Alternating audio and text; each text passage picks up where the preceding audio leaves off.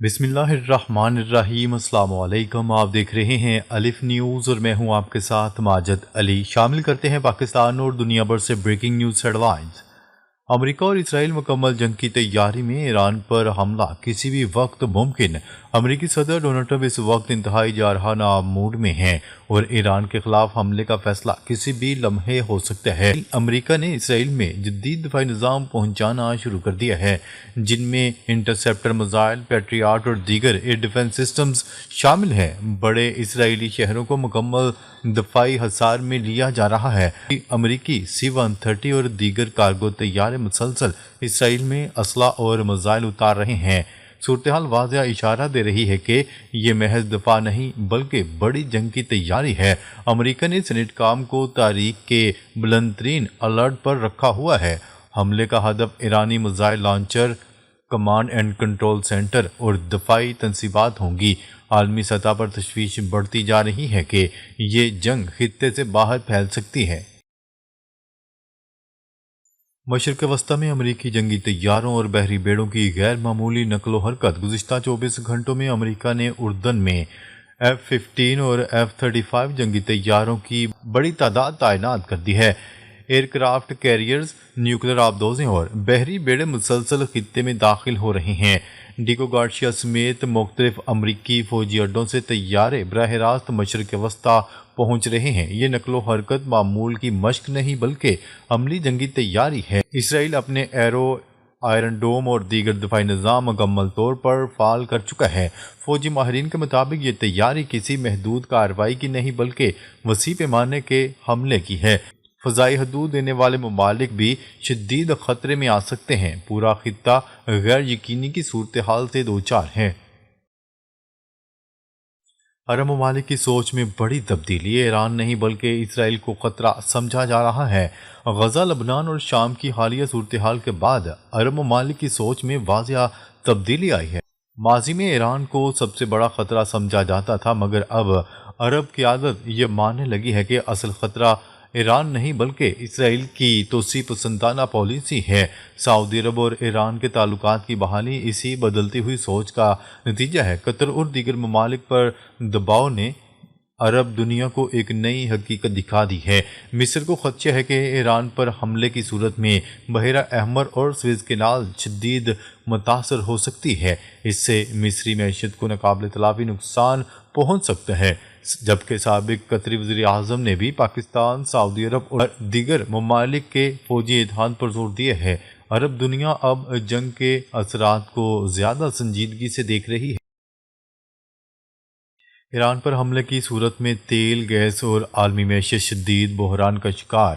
اگر ایران پر حملہ ہوا تو تیل اور گیس کی قیمتیں آسمان کو چھو لیں گی۔ آبنائے ہرمز کی بندش عالمی سپلائی چین کو مفلوج کر سکتی ہے۔ قدرتی گیس، تیل اور خوراک کی ترسیل بری طرح متاثر ہوگی۔ اسرائیل میں عوام نے بڑے پیمانے پر راشن اور ضروری اشیاء جمع کرنا شروع کر دی ہیں۔ حکومت کی جانب سے شہریوں کو شیلٹرز استعمال کرنے کی ہدایات جاری کر دی گئی ہیں۔ عالمی منڈیاں پہلے ہی خوف کا شکار ہیں۔ ترقی پذیر ممالک سب سے زیادہ متاثر ہوں گے۔ ماہرین کے مطابق یہ معاشی بحران صرف خطے تک محدود نہیں رہے گا بلکہ پوری دنیا اس کی لپیٹ میں آئے گی۔ ایرانی سپریم لیڈر آیت اللہ خامنائی کی محفوظ مقام پر منتقلی۔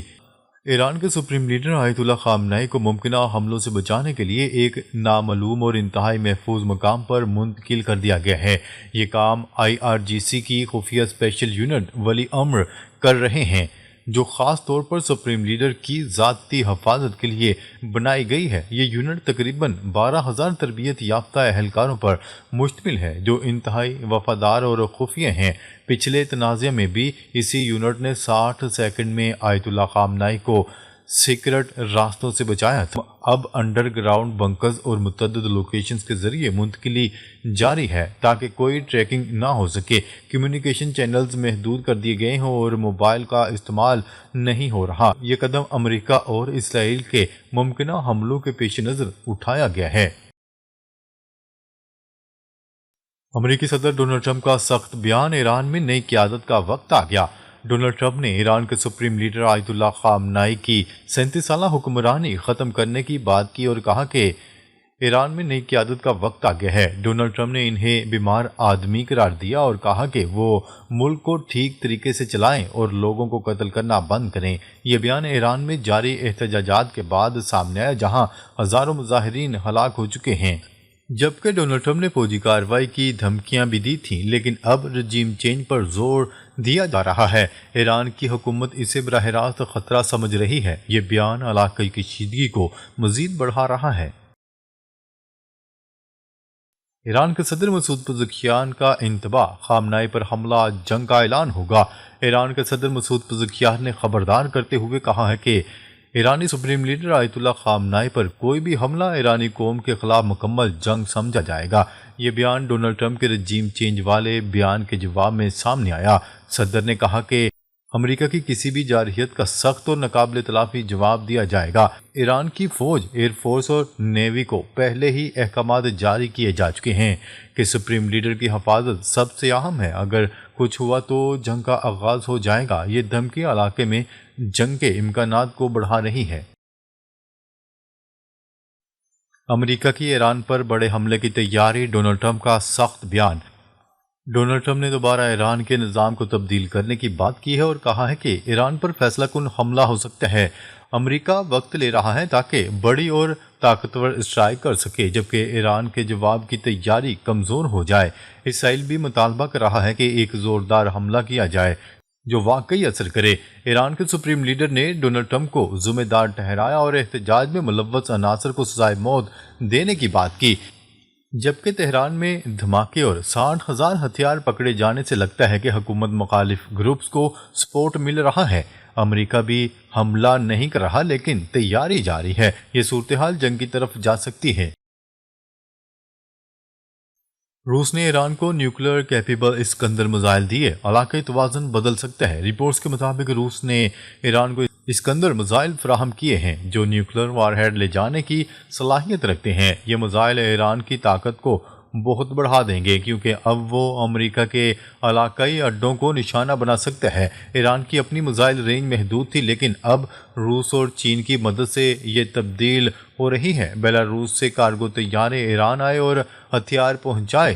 یہ امریکہ کے لیے بڑا چیلنج ہے کیونکہ ایران اب زیادہ خطرناک ہو گیا ہے۔